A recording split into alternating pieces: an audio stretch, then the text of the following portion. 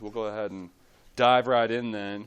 So we've already had our introduction to Socrates and Plato, got to know them fairly well, started getting acquainted with their characters a little bit. And so as I intimated last session, then this lecture we're going to kind of dive into some of the conceptual stuff, right? The philosophical ideas in a little bit more detail then. So that's kind of the game plan. We're going to take a look at the Apology, which was our reading, the excerpt, a large chunk of that, of the Apology. It was what you guys read. And by the way, that Allegory of the Cave, I still highly encourage you guys to check that out. That was right after our excerpt. I mean, that's not too long. Definitely worth your while to check that out. And like I think I might have mentioned how over the summer I'm going to reassess maybe trying to get that back in, because the Allegory of the Cave is one of my favorite aspects of philosophy. It's arguably also one of the most important, I think. So I might try to get that back in.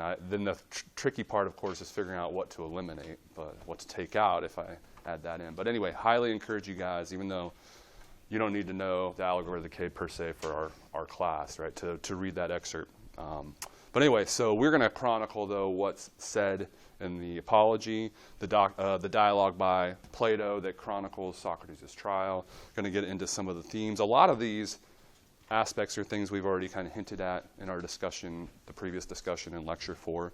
But we will, again, flesh it out in a lot more detail. We're going to get into then some sort of other aspects as well that maybe don't pop up as much in the Apology, but that Socrates and Plato are pretty well known for. So like this idea of, and this does come up a little bit, as I'll mention, in the trial, but the idea that evil is ignorance.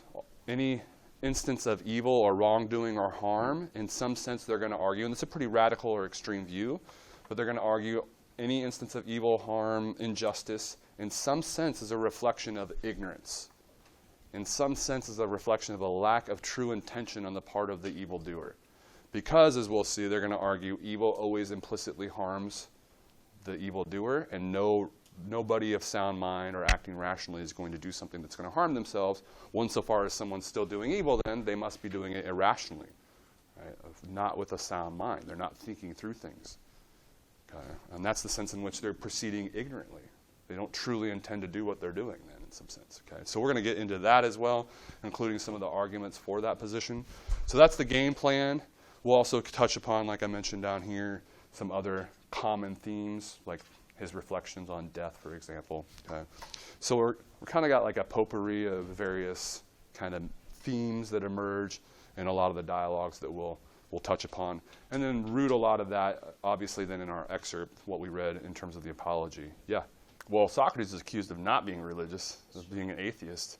I don't know. I don't know. I don't think of the ancient philosophers as necessarily their views as being that infused with religion or theology, per se. I've never really associated them with maybe being that religious. So I'm not sure about that. What makes you say or think that? So a lot of this stuff's predating the Christian stuff. Yeah, so we're going further back than that. Right, I mean, Socrates, I don't have his dates up here anymore. What was it, like 399 was? Yeah. So I'm just saying like hundreds of years before Christianity. I mean, you're correct in that, many Athenians were religious. I just don't think the philosophy that we get from the ancients is that kind of theological. I mean, some of it is, but I don't necessarily think of it as being that imbued with religion. So, yeah, I don't know that it's that much of an issue, really, I would say. It would be kind of my response. But I could be wrong, and that's why I was kind of curious where you were coming from in saying that. But I don't, whereas medieval philosophy is, a lot of what they're saying is caught up in the theology, right, the medieval era. And that is post-Christianity, the emergence of Christianity, the medieval era is. Anybody else?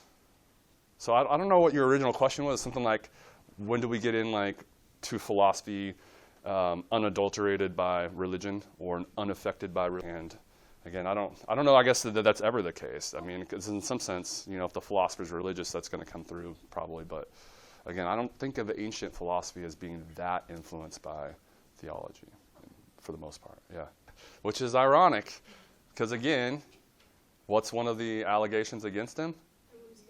Yeah, he literally says, I'm in utter poverty by as a result of my devotion to the god, specifically figuring out what the heck the Oracle of Delphi was suggesting. And that is the voice of the god, in some sense, or gods, right? So, I mean, absolutely, they are constantly invoking and appealing to the gods. But what was popular amongst the culture and general society is one thing, and what philosophers are saying in the philosophical text is another. And I would suggest, you're right to point out, like Socrates is, by the gods, tell me what you mean. And he does say things like that a lot, which is, again, one of the reasons why it's ironic then that one of the major accusations, is that he's an atheist. It's like the dude invokes that manner of speaking more than arguably anybody else. So is he just pretending when he says that sort of stuff? So I could see, again, why you're inclined to maybe wonder about that. But like I said, I don't necessarily think of the dialogues as being like founded in religion or that influenced by religion. They were definitely, Plato and Socrates, at least ostensibly, believers, right? And thinks there's more, in fact, fundamentally more to reality than what meets our eye in this ephemeral, ever-changing world, physical world, right? This isn't the ultimate source of reality. Okay, Plato gets into the forms and so on, but and so in some sense you could kind of view that as almost theological. So it is an interesting sort of question, and not one that I've kind of thought about, like, well, what did the ancients think divorced from religion? Because I've never really thought that they were that influenced. But yeah, I can again see they do, like Socrates is constantly saying, by the gods, what do you mean, and so on. So anybody else? Well, you guys might know more about, some of you guys have studied, it sounds like, history quite a bit, but my impression, so I'm not a historian, I don't know. I do know a little bit about Greek culture just from reading the philosophy, but my understanding is there's like many gods, right, deities, and, most of the, there are certain popular sort of, religious set of beliefs that was common, right, and it was typically polytheistic, so many gods, and it was common, like that most were believers, I would say. So, to your guys' point, the time period, they were believers. That's pretty much true, I think, throughout history. Even nowadays, which is thought of as oftentimes being the least religious period in history, we still have, religion is still pretty popular. It's, what is it, like 90% of Americans still are religious. It's been a while since I looked into it, but like when I was doing my dissertation, a decade ago or whatever, it was still like, I want to say 90%. So anyway, back then it was more polytheistic. I know that. They were, for the most part, most of the Athenians were believers. But I guess I don't want to say any more than that because I don't really know. Oh, no. Again, these guys are predating Christianity. Yeah. So remember, we're like 399 BC, before Christ, before the Common Era, right? Yeah, the suggestion was that he was inventing, like insofar as he was a believer, he was like inventing new gods and, right? So in some sense, I think the better accusation would have been like not atheism, which is what they, actually alleged, but something like endorsing the wrong gods or something like that, which you could make the argument for. But to suggest he's not, going back to kind of what you guys are intimating, to suggest he wasn't religious would be, how do we make sense of these appeals constantly to, by the gods, tell me what you mean? But yeah, again, I don't know in terms of what these other Athenians are believing, other than to say, it was common that they were believing in gods or polytheism, okay, and that was the norm. But beyond that, I don't want to, it would just be speculation on my part. So, okay, so let's go ahead and dive in. Like I said, we're going to appeal to some various themes. Most of them are going to be rooted, though, in our excerpt, which was from the Apology. So the Apology is that dialogue detailing the trial and sentencing of Socrates. Okay. So in that trial, we learn that Socrates is ultimately charged with two charges, okay, corrupting the youth, and then, as we've been discussing, atheism. So all of this, and we got into this kind of last class, right? It largely stems from that application of that Socratic method to people in positions of power, ticking off the wrong people, drawing their ire, and then, as time progresses, getting more and more of them upset with him to the point when Then when he's near the end of his life, he is officially put on trial and offering then his defense, which, by the way, apology, as I mentioned in the middle of this slide, is we typically think of it as like, I'm sorry, okay? That's the connotation it has nowadays, but it's really not necessarily I'm sorry so much as like kind of just a general defense is how when it's invoked in this sort of manner, that's kind of how we mean it. More broadly as like just a general defense. So you might have heard like of Christian apologetics, just like the defense of the Christian theology, more or less. And so, right, when we say apology here, it's basically Socrates offering then his defense, right? His defense of the way he's behaved, his beliefs, how he's carried himself, in general, his character. Okay? So the apology is more or less his defense. And it gets interesting because, as we'll see way down the road in one of the future slides, he's going to offer this apology, this defense, not for himself. Do you guys remember what he said? I'm going to offer this not really for my own sake. I mean, I have probably at best a few years left to live. Right? He's old at this point. So why is he offering this defense? Do you guys don't remember? For everyone else. You guys are screwing yourselves over. Right? You guys are the ones that stand to lose. I'm doing this for you. And you can see why some rookies, some people that are new to Socrates are like, who is this guy? Like, who does he think he is? Right? Oh, you're so important to us that you're going to offer a defense for the rest of us? Please. But that's what he says, right? Because and he also calls himself God's gift to the state. Right? Again, who is this guy, right? But I'm God's gift to the state. What are you going to do when you lose me? If you take me out, who's going to constantly be pestering these politicians, these lawyers, these people in positions of power to make sure they're doing the right thing? Who's going to ensure that the entire system doesn't become corrupt if you take me out? Who's going to fulfill that role?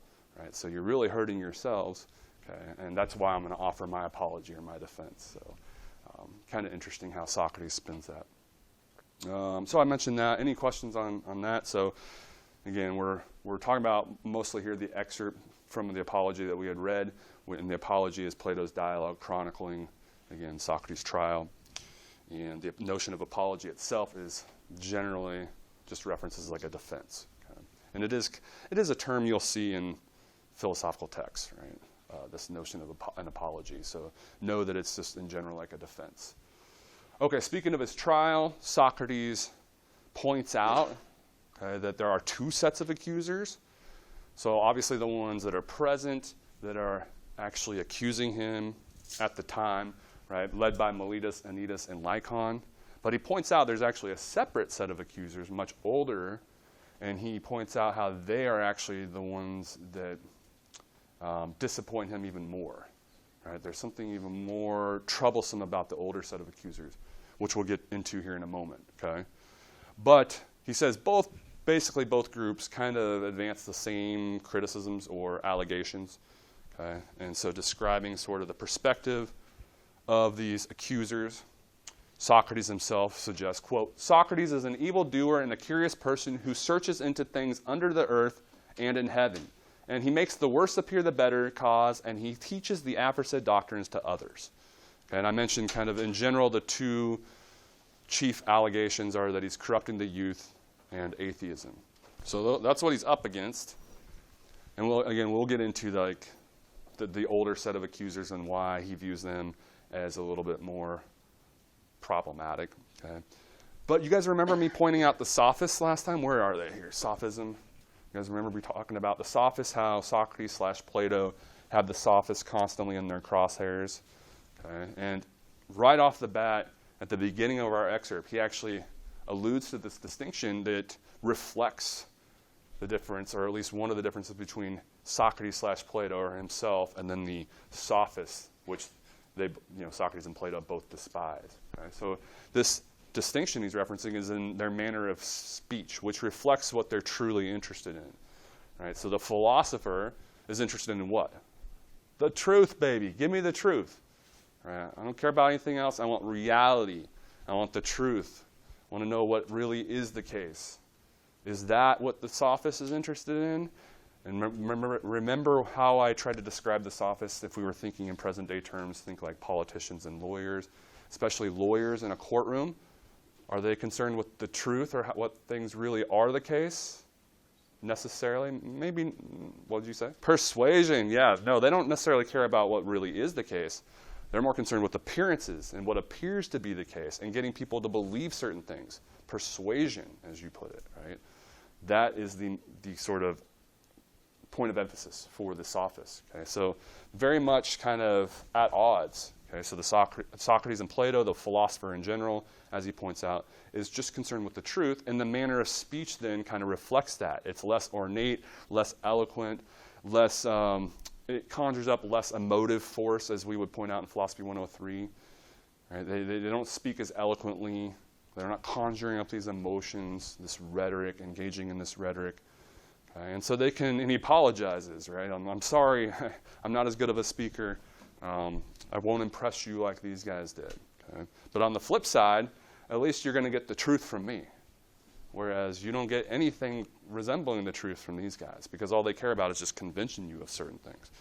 Okay? And so that, again, is part of the reason why there's so much animosity towards them on the part of Socrates and Plato, because they don't really care about the truth. Okay? So he distinguishes, again, kind of the sophist manner of speaking, how it's eloquent, you're engaging in rhetoric. And again, this is what the sophists oftentimes would teach others. Okay, this is what people would pay the sophists to get, right? To learn from them is how to speak more eloquently, persuasively, etc. So not only is this the way they would talk themselves, but then they were paid to actually influence others to do the same thing. Right? So it gets even worse from Socrates and Plato's perspective. So contrast that manner of speaking then, like with what I said here, right? With truthful, albeit less ornate and catchy speech, that's geared towards or caters more towards just the truth, what really is the case. Okay? Very much at odds. And look, he concedes the sophists can be very effective, very persuasive. It can be, if you're not on your toes, right? Even himself, he says, he himself was almost persuaded to believe all these crazy things that were about him, that he knew wasn't true, but they spoke so eloquently that they almost had him persuaded. So kind of reflecting on these points, Socrates suggests on 34, so moving is the power of words, he suggests, quote, they almost made me forget who I was, so persuasively did they speak. Of course, the problem is that complete lack of concern for what really is the case or the truth. And that's why he says in 34, quote, yet they have hardly uttered a word of truth. And conversely, that's exactly what you're going to get from me, he says. You won't get that catchy, eloquent manner of speaking, but at least you'll get a genuine concern for the truth. So as he says, quote, they have scarcely spoken the truth at all, but from me you shall hear the whole truth. Okay, so a nice juxtaposition, building on what we talked about last lecture, juxtaposition between the philosopher, Socrates and Plato, right, and then these sophists who are concerned not with reality and the truth and what's really the case, but appearances and getting people to believe certain things. So I mentioned earlier, Socrates clearly distinguishes there being two sets of accusers, although really the allegations are the same. Okay? Basically, right, he's not a believer in at least the gods of the time, right, and he's a corrupter of the youth. Now he mentions he takes a lot more issue with the older set of accusers. And why is that? Because they spoke so negatively of him when the present accusers, Miletus, etc., when they were young and very impressionable. The older set of accusers, who are now long since gone, spoke very negatively of Socrates. And not only that, but there was no one there then, as he points out, to offer anything in his defense. So they only got the negative. And what's the worst thing about it, it was when they were young and at a very impressionable age.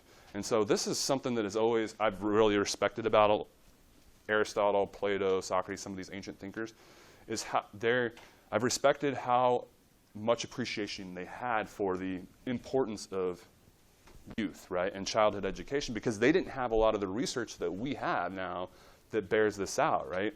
Our research suggests it really is very difficult, if not impossible, the older people get to actually initiate any change, right? They become more resolute in their beliefs and behaviors. So if you want to actually make a meaningful difference and like mold someone's character, you got to get in early, right? The earlier, the more likely you're actually going to be able to make some meaningful change. The older people get, the less likely that is to be the case. Okay, and maybe you've seen that in your own experience, but our research bears it out. But the ancients didn't have all this empirical data that we did, but they seem to recognize that point. And so they're constantly sort of emphasizing, the import or significance of early childhood education.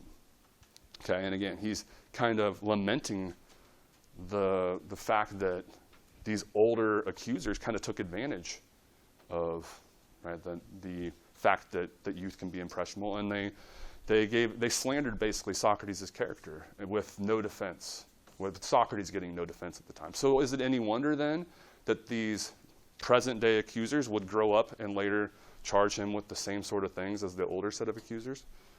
It shouldn't be a surprise, he suggests. Okay, so that's that slide. Again, two sets of accusers.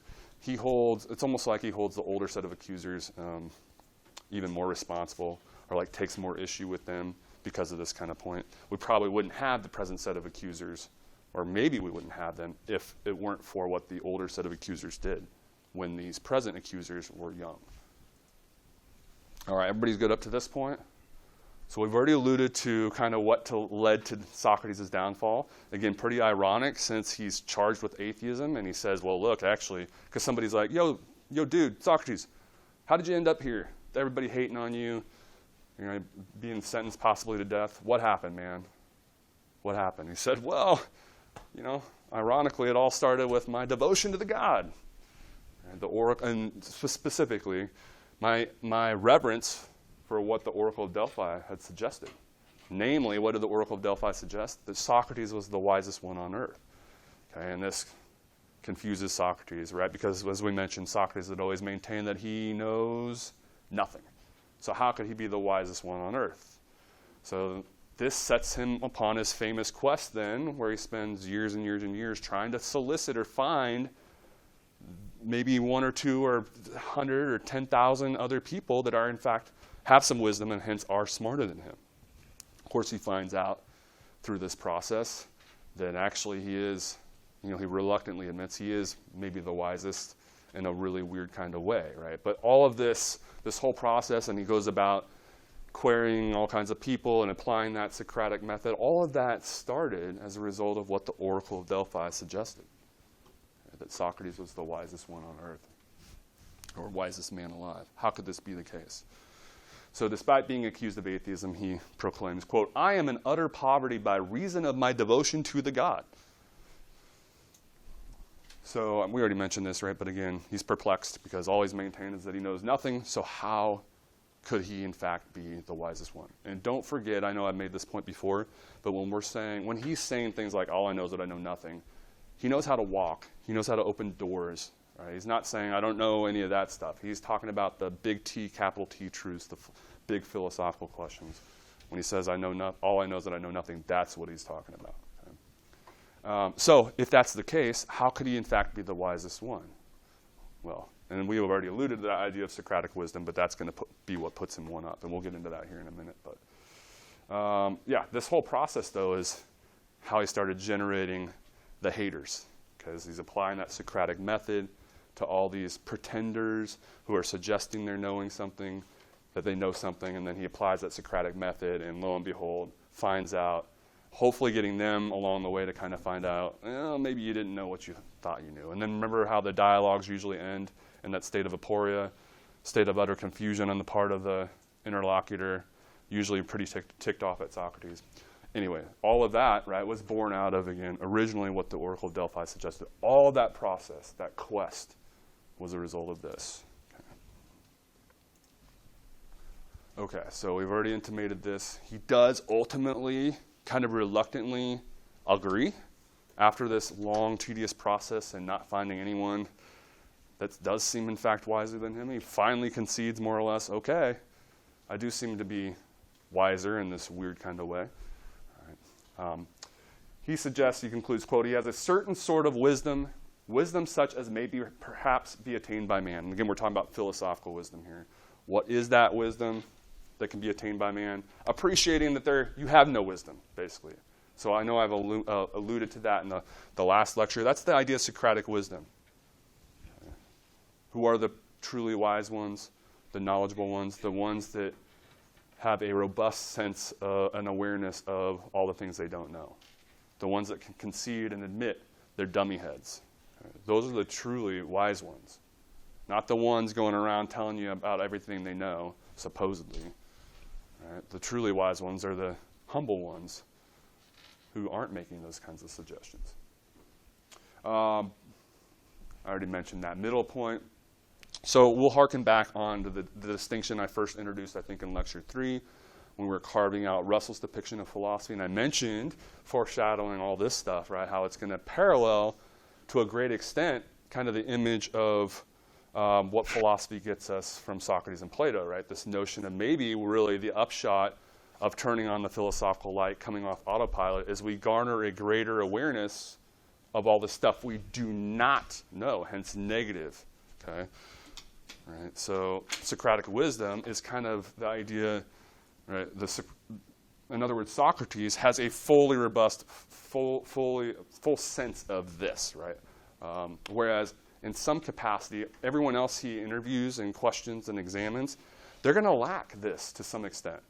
That's the common denominator amongst everyone else, whereas Socrates has this.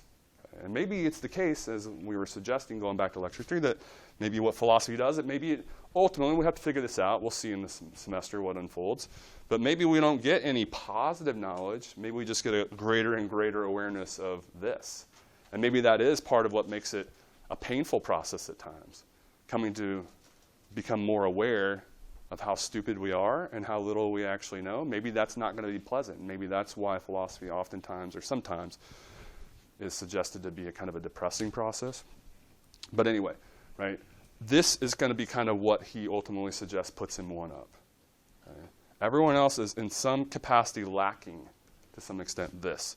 Now we'll go through here in a moment, kind of the different types of people on his quest that he goes and examines, and there's going to be some that he views slightly more favorably.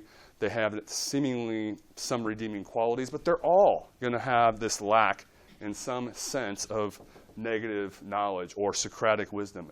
They all lack, to some extent, a fully robust, complete awareness and appreciation of what they don't know, whereas Socrates doesn't lack that. That's what he has, right? He's always conceded, acknowledged that all he knows is that he knows nothing. So that's that distinction. I already mentioned that at the top there. Okay, you want to know who's truly wise or smart? Tune out the ones that are telling you everything they know. Find the ones that are humble and not saying much, right, and conceding how stupid they are. Those are the ones that are truly wise.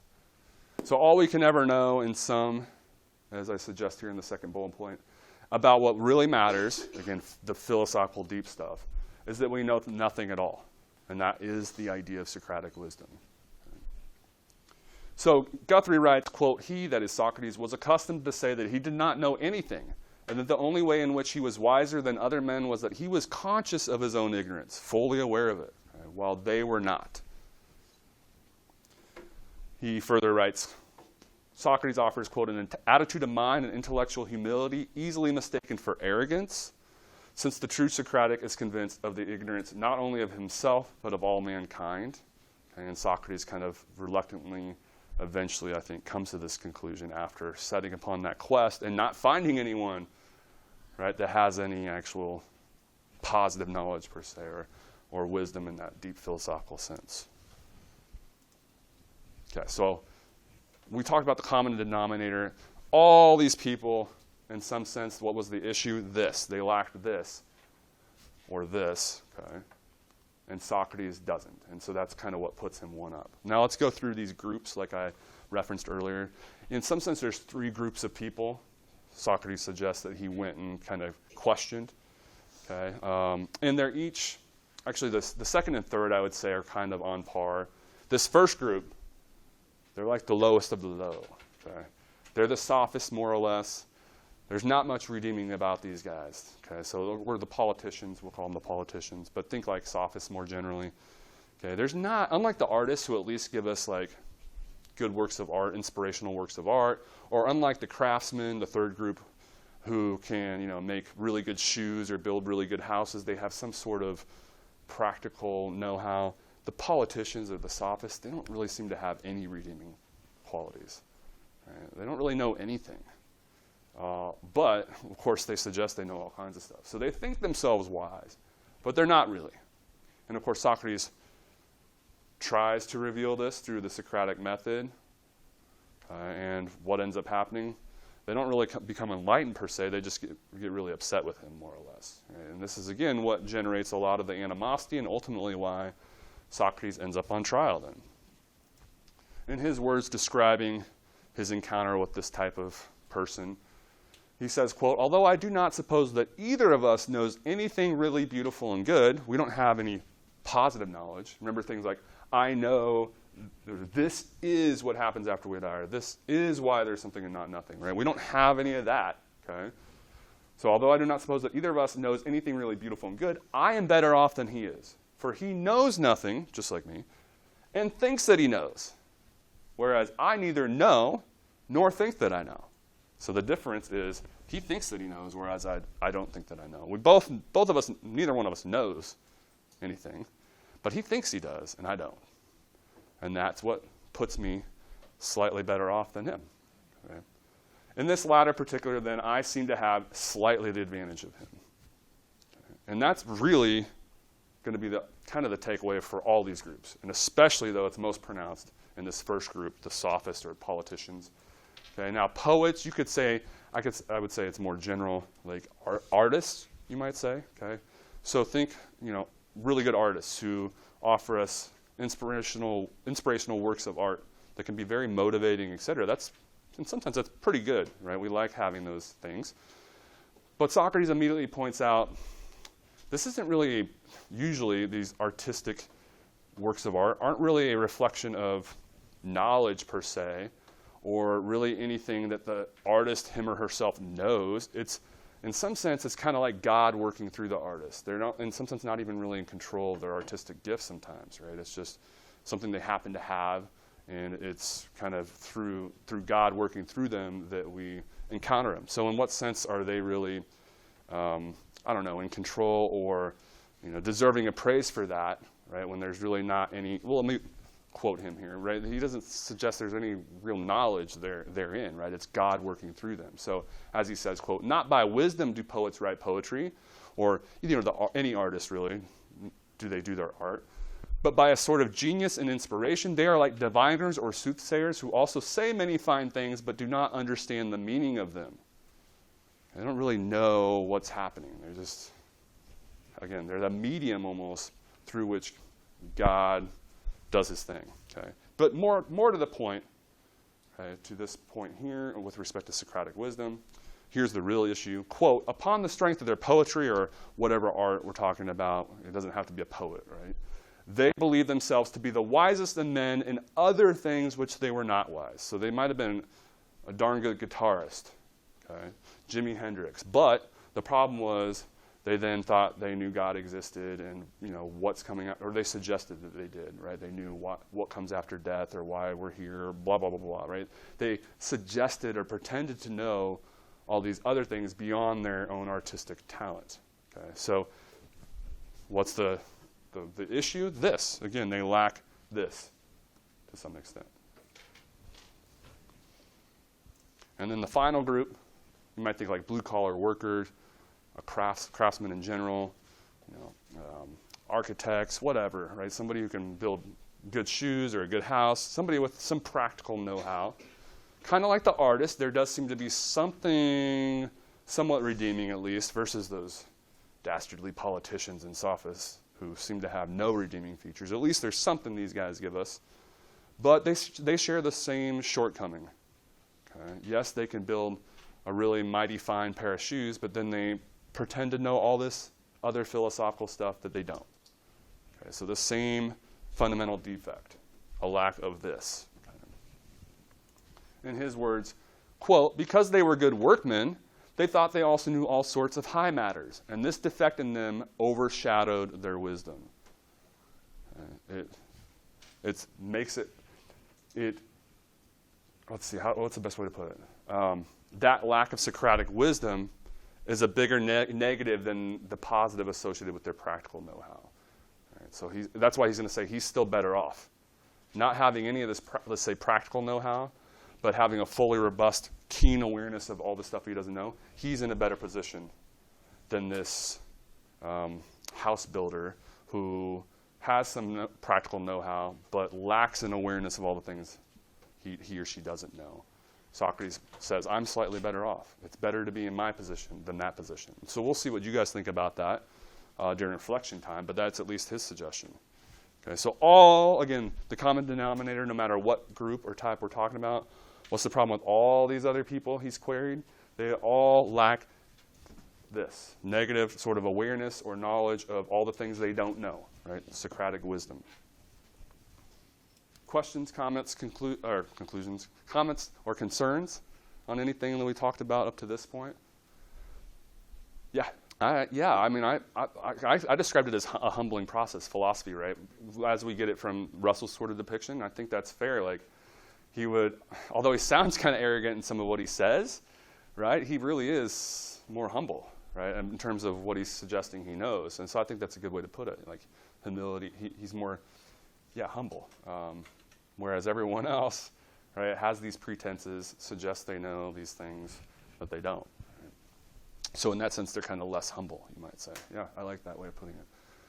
So he reluctantly concedes, fine, I am the wisest, even though I don't know anything, because I'm at least aware that I don't know anything. Fully aware that I don't know anything, right, much less everything. Right? Whereas everyone else, they might have some practical knowledge that I don't. Okay, but they still think they know all this stuff that they don't. Okay? And that's what puts me one up on them. He does kind of lament that, unfortunately, the wise, the truly wise, the ones that have this robust appreciation of what they don't know, the truly enlightened people amongst us are oftentimes treated as the foolish ones. And then flip that around, the truly foolish ones are unfortunately treated as though they're wise, okay? And so he mentions this. And so think about, like, we talked about the allegory of the cave, right? The philosopher, the enlightened one, seems to always encounter resistance, right? And be laughed at in some sense. And what happens when the enlightened philosopher descends back down into the cave of ignorance and tries to help out his fellow humans? They laugh at him and want to kill him. Okay? So, again, sort of an indication, right, that everything's kind of flipped on its head and turned around. Those who should be lauded, held up in high esteem, who truly are wise, are considered foolish and laughed at, and people put them to death. Like, literally, they're going to put Socrates to death, right? Whereas the foolish ones are the ones held in high esteem by society generally. So, unfortunate. So he does reflect on that. He says, quote, I found that the men most in repute were all but the most foolish, and the others less esteemed were really wiser and better. So we really messed this up. Not only is everybody pretending to know things that they don't know, they're also, admiring the wrong people, right? Respecting the wrong people. Okay. All right, everybody good up to this point? We're going to kind of shift then to that side of the board. Okay. We're going to talk about a theme that comes up, I would say, in a few different dialogues of Plato. You get some hints of this in our Apology, but then, it's also sort of substantiated in Republic and other places in the dialogues as well. And that's this idea that evil is ignorance. And this is a pretty extreme or radical view in some sense, right? This notion that any evil that's done, any harm or injustice that a person commits, in some sense, is a reflection of ignorance. In some sense, the person didn't truly intend to do it. Okay. Don't tell me, though, that the bank robber on your essay on the exam doesn't know that robbing the bank is wrong. Okay. The idea is, in what sense is he saying that they're ignorant or don't know what they're doing or don't truly intend to do what they're doing? They don't realize, this is the thing, right at the bottom of this slide, they don't realize the evildoer, this is the sense in which they're acting ignorantly, they don't realize that all evil implicitly harms the evildoer. And nobody is going to rationally do something that harms themselves. that's against their own interests. Okay. So it's in that sense that whoever's still doing evil, whoever's still robbing a bank, right, they know that society deems that wrong. Okay, but what he means when he's saying they're acting ignorantly is they're not realizing how robbing that bank is actually not good for them. It's going to screw themselves over. It's against their own interest. Okay? And nobody who is acting rationally is going to do something that's against their own interest, that's going to harm themselves. So insofar as they're still robbing the bank or doing whatever evil we're talking about, they must be doing it ignorantly. Okay? So that's the idea here. That does come up, like I said, in Apology. I'll reference sort of some of the things he says here in a moment, but it comes up here and there. It's supported in various places in the Platonic dialogues. So the position, all evil is a reflection of ignorance, a lack of true intention in some sense, is the position. And then I'm going to go through in detail what I've called, so don't go Googling this distinction, the external versus internal argument. You probably just find my own lecture notes. Okay? But what I've called, so we're going to go through in detail, two different arguments for this position. Okay, what I've called the external argument, because in some sense it reflects how we're going to be harmed externally or from without. Okay, how evil, right, yields this external detriment then.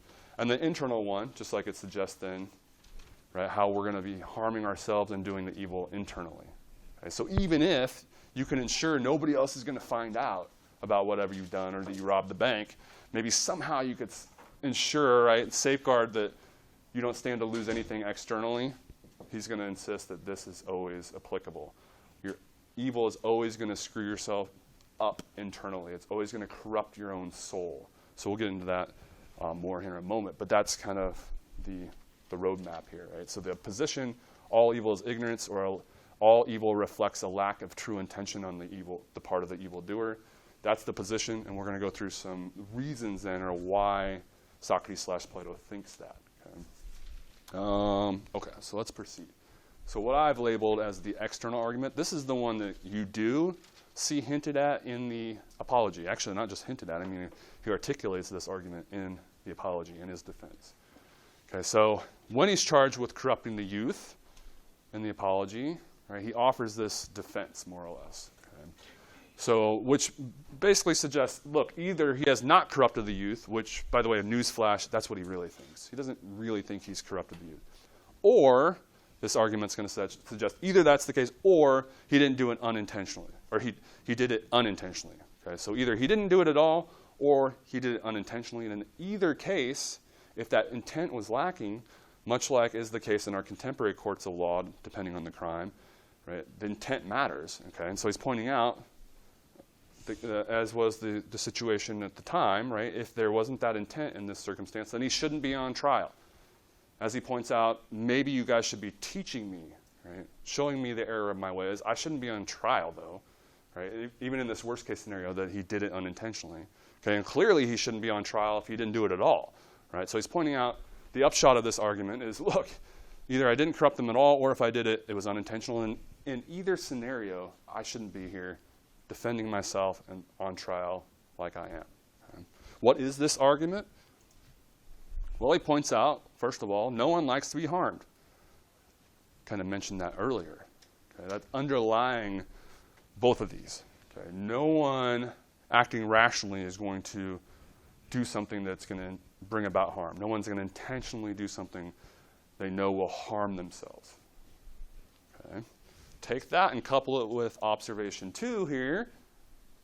Quote, if a man with whom I have to live is corrupted by me, I am very likely to be harmed by him in return.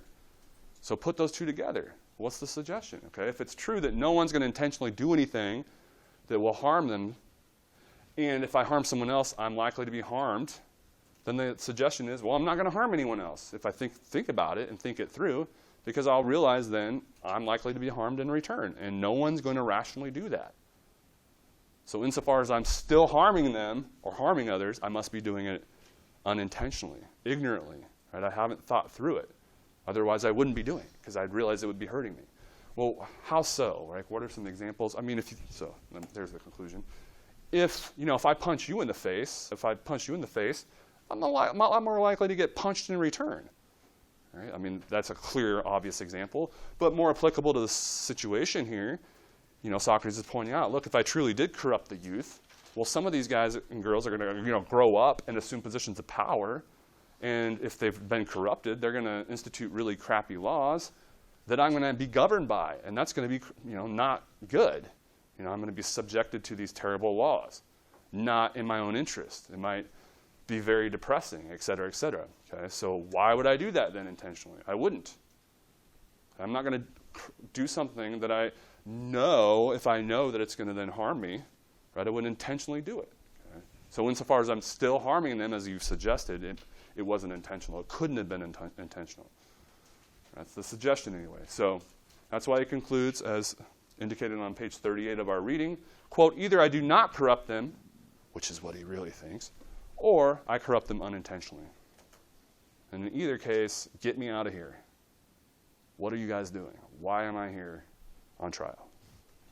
So that's the external argument, okay, or what I've called the external argument. But let's say you did something evil or wrong, but you could ensure somehow that nobody else knows about it, right? And somehow you could safeguard and ensure that externally you got nothing to worry about somehow. Okay? So maybe you rob a bank and no one finds out and you're super giddy about it and excited. Well, Socrates says, hold up. Okay? There's still this internal component.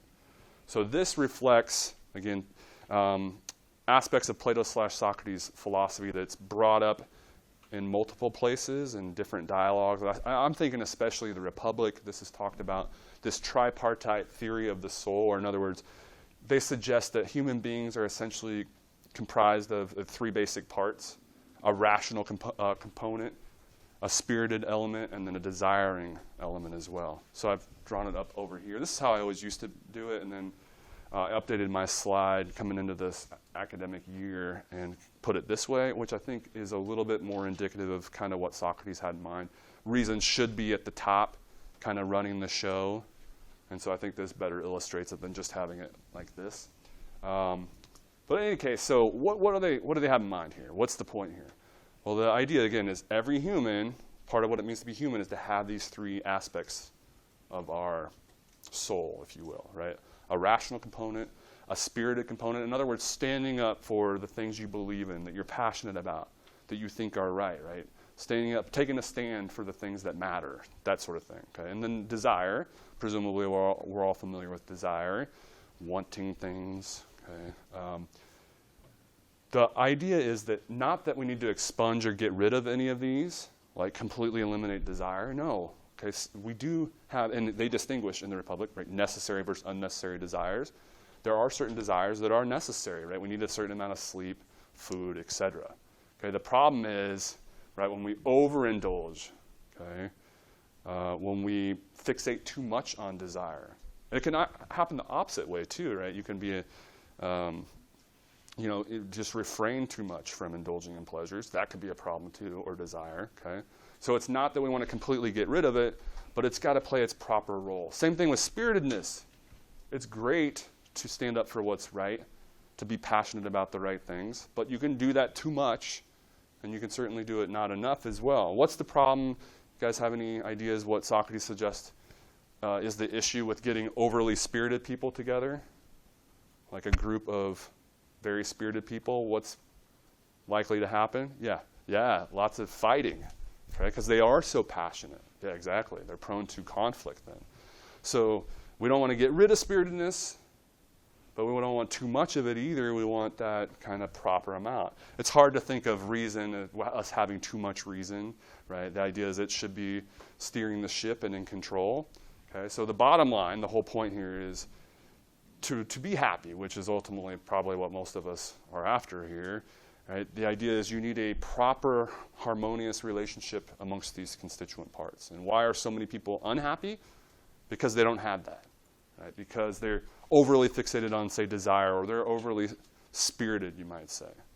Okay? So he thinks indulging in evil is implicitly going to corrupt that relationship amongst these parts.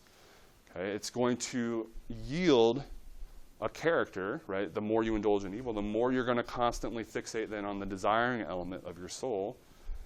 at the expense of the better element, right? It's going to enslave, as he says, right? It enslaves indulging in this evil. The more you get away with it, especially, you're going to spiral out of control, right? You become more and more enslaved to the desire, right? It enslaves the better part of your soul, the rational component, to the worst part. Right? I don't know if this is helpful or not, but it's always helped me kind of suggesting this analogy to like a heroin addict. I've never done heroin myself, all right? But we're all familiar with, and I'm no exception, with like accounts of heroin addiction or really any hardcore drug addiction. It usually starts off fairly innocently, right? You just you're curious about it, you give in, right, and you try it, and then the next thing you know, 2 weeks later, that is your entire world, right? You're consumed by that desire to get your next fix, and nothing else matters. And I've always felt like that's really helpful to get a handle on what Socrates is suggesting here. He's saying there's something similar going on when we indulge in evil. Right? We are also going to spiral out of control. We're enslaving the better elements of our soul to that desiring element. Okay? And we might think, oh, yes, got away with another bank robbery. But actually, the earlier you get caught, the better, because you're just going to spiral more and more out of control. You might think it's a good thing, but no. Right? You're just going to get more and more fixated on the evils. Okay? And whatever amount of money you were able to abscond with from the bank that first time around, it's not going to be enough at some point. Right? That 15-car garage is not going to be enough. You're going to want a 20-car garage. So you're going to go rob another bank, and that's not going to be enough. You're going to go rob another bank. And pretty soon, that's all you're going to think about, right, is money. You're going to be materialistic, et cetera, et cetera. And eventually, you're going to get caught. Okay? So anyway, right, even if you could somehow ensure externally no one knows, right, you wouldn't stand to kind of be harmed externally, right, there's always this idea of internal corruption that is tied to, at least for Socrates/Plato, is tied to doing evil. It's always kind of implicitly harming the evildoer's own soul, right? What's required amongst these parts, right, that proper relationship that's necessary for true happiness, you're screwing yourself over in that regard, right? You're putting desire up on a pedestal, and that's not going to lead to true happiness. Everybody, you don't have to agree with the argument, but everybody appreciate kind of what he's suggesting here, at least. Okay, with both of these. So you want to be familiar with, obviously, both of these arguments. You don't have to agree with them, but know what he's suggesting, more or less. I always think it's kind of interesting that maybe you're not a big fan or advocate of the insanity defense, but our courts of law, it's invoked at times, right, this insanity defense, which, if you think about it, is basically substantiating Socrates' view, at least with these extreme cases. Because what are we saying? Not guilty by reason of insanity. Right? They're not guilty because they weren't of sound mind. Okay? And so you might not, they wouldn't, when that happens, right, they don't typically get the same penal punishment, right? They're treated differently, right, because they're not of sound mind. And Socrates is basically suggesting how we treat the serial killer and call him insane and suggest he wasn't of sound mind. That perspective is really true of the entire scope of evil. Whether it's stealing Dr. Musil's bubblegum or killing 20 people, it's all indicative of a lack of a sound mind, ignorance. And it all reflects someone doing something they didn't realize was at odds with their own interests. Hence, they were doing it ignorantly. And since no one's going to actually do something that's at odds with their own interests, they didn't really intend to do it either. Does that make sense? We kind of seem to acknowledge it in the extreme cases. And Socrates is like, okay, now just apply it across the spectrum. Right? This is true of all evils, not just the extreme ones.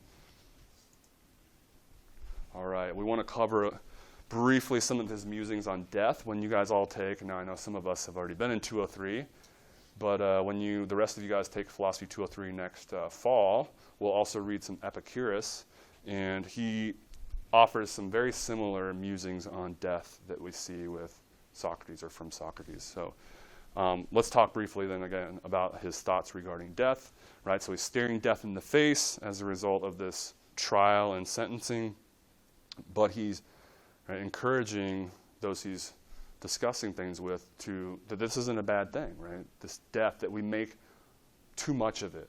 That while it's common and maybe easier said than done, we shouldn't really be sweating death or fixating on it or being anxious about it. He says, well, if you think about it, if for no other reason, right? If you think about it, there's really two possibilities upon death. I would argue there's maybe a third that he doesn't acknowledge.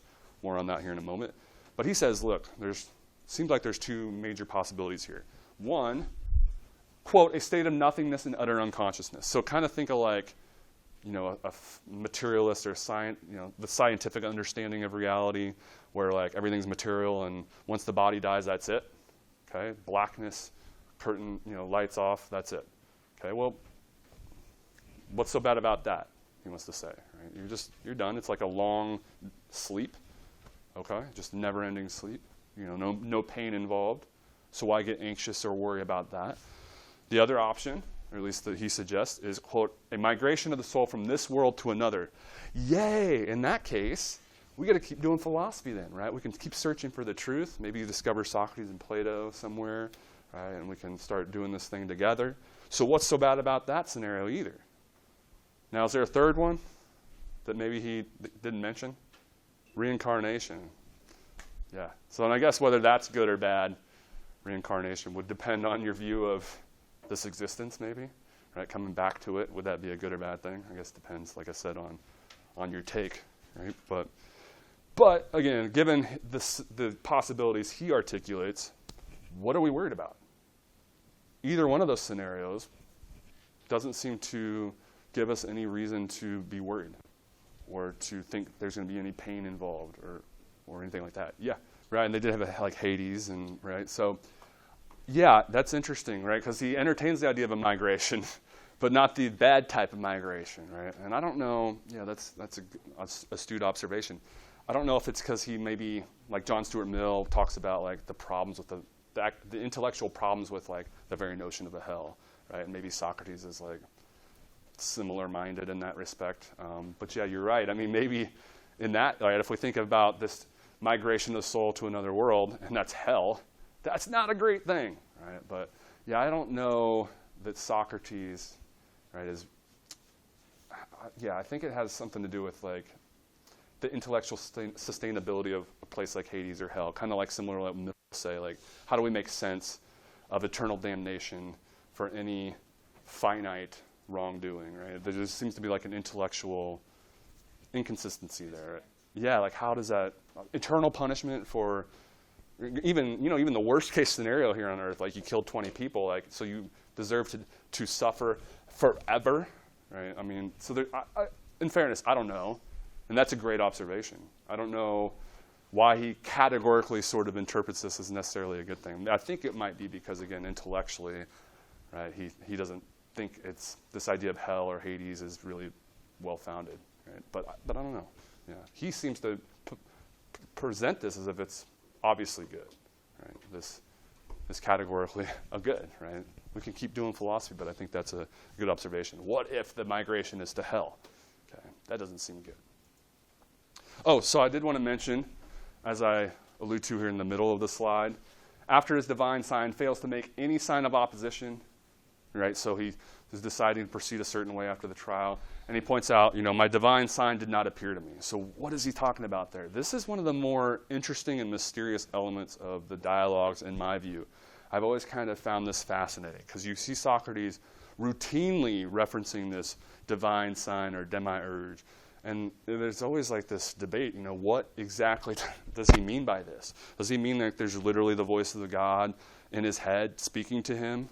Or is it just supposed to mean, like stand for like reason or something like that? Or is it altogether something different?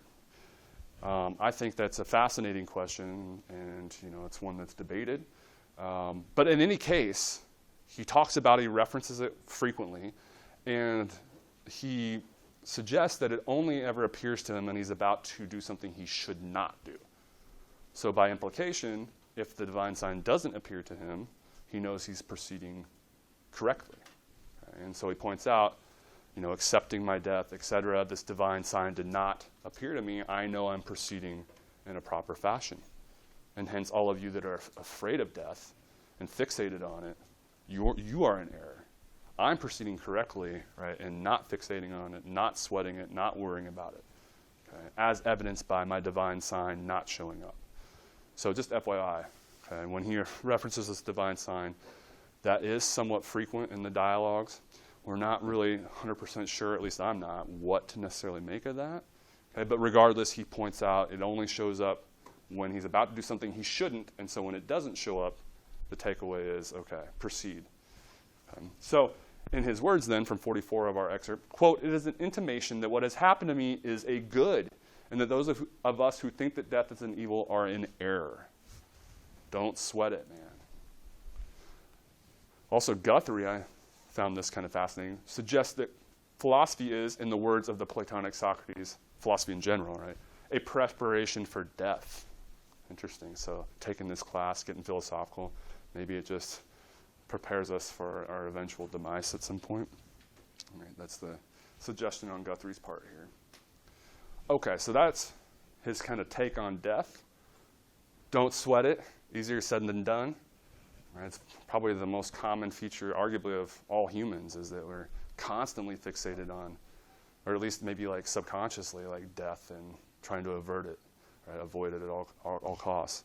Okay, so that's thoughts on regarding death. The other theme I wanted to be sure to address is this constant reoccurring sort of notion that we always ought to do not what will keep us alive the longest, but what is righteous, even if doing what's right might require our own demise, might require us to die, as is the case with sticking around and drinking the hemlock. Okay, so a couple of examples. No matter what you think of Socrates, okay, you might be a hater, but I think most of us can appreciate someone who doesn't just talk the talk but walks the walk. And I think Socrates is definitely one who does that. So I mentioned, you guys might remember from the last lecture how I pointed out he garnered some acclaim for hanging around in a battle when he was performing his military service. Everybody else had fled, and Socrates hung around because he thought it was the noble thing to do, the right thing to do, right? Not to run off in battle when you think right the end is near, but to stand fast and hold your ground, etc. And so he, again, was admired because of that. And that's an example of where, even though it might have led to his death, hanging around, especially when your teammates, so to speak, right, your fellow soldiers have all run off, you still hanging around, you're a lot more likely to die. But, again, that's not what matters the most, or it shouldn't be what matters the most, and that's his whole point, right? He's going to do what the right thing is, period. Well, fast forward, end of his life. Okay, he's been sentenced to death. He's sitting in his cell waiting his final punishment. And Credo and pals come along and say, here, we've paid for your escape. Come on now, right? And they try as best they can to convince him that that's the right thing to do. And he stands fast and says, no, that's not the right thing to do. So even though it'll entail my own death, right, he famously sticks around and drinks the hemlock. He was convinced that was the right thing to do, to uphold the decision of the state. Okay, so he's walking the walk so much that he even accepts death as a result. Okay. So, again, regardless of what you think of his demeanor, of his character, I think most of us appreciate someone who doesn't just talk, but actually their actions kind of back up what they say. As he says, quote, "The difficulty, my friends, is not to avoid death." That's kind of like human nature and what we're all programmed to do. Okay, that's not difficult, but to avoid unrighteousness. That is the difficult task, and that is the one that should always be front and center for us. Quote, "A man who is good for anything ought not to calculate the chance of living or dying, he ought only to consider whether in doing anything he is doing right or wrong." Period. And then he suggests his actions have shown, quote, "I do not care a straw for death, but that I do care very much indeed about not doing anything unjust or impious." Okay. So some interesting things. I think I alluded to most of these earlier, but some interesting observations on this slide here. He takes the time to ensure, didn't I mention this earlier to you guys, to assure the jury, hey, I don't care what you guys decide. I'm so convinced that this is the righteous path. Doing philosophy, pursuing the truth, is the right path, that not even threatening me with death is going to take me off that path. I will continue to do philosophy for the rest of my life, period. Doesn't matter what you guys suggest or decide. You can threaten me 1 billion times with death. It won't matter. As he puts it, Quote, I shall never cease from the practice and teaching of philosophy. I shall never alter my ways, not even if I have to die many times. Okay. So again, doing what's right trumps everything else, including staying alive. I mentioned this earlier, right? You guys are really screwing yourselves over more than you're hurting me, right? I'm an old man at this point. I don't have that much longer to live, okay? What are you going to do if you take me out? Who's going to ensure that the politicians, the people in positions of power, don't become corrupt if I'm not around to pester them? And so, again, he's offering his apology. I mentioned this earlier, right? Not for his own sake, but for everyone else. Because he thinks it's the right thing to do to help others out. So let me try to help you guys by defending myself then and showing you why you shouldn't take me out. He even compares himself, I mentioned this I think earlier, right, as suggests he's God's gift to the state, an annoying pest or a gadfly who constantly pesters those in positions of power to ensure they're doing the right thing and not becoming corrupt. Okay. Again, who's going to fulfill that role if you take me out? Okay. Questions, comments, concerns? We went through a lot here. We do have at least 5 minutes left, FYI. So I do want to take a few minutes, if we don't have any questions, to reflect briefly what you guys make of this notion that he suggests he is slightly better off. He can't, make any shoes or build a house like some of these other people, but at least he fully appreciates and is aware of the fact that he knows nothing. Whereas all these other people, right, they don't have that full awareness. So is he right that he's the one better off? Or would you prefer, right, being that, house builder who thinks they also know some other stuff? Okay, so is he really right to suggest he's better off? What are we to do with people if we give him that all wrongdoing is unintentional? What do we do with people that are still doing stuff that's wrong? How do we handle them? If we don't punish them in prison or whatever, are there any alternatives? So go ahead and break up into your groups and reflect on those for a few minutes, then I know I have to let you guys go. I am curious what you guys think here, especially on number one. Is he right to suggest that he is slightly better off? So go ahead and reflect in your groups for a few minutes, and then we'll share our thoughts, and then we'll let you guys go.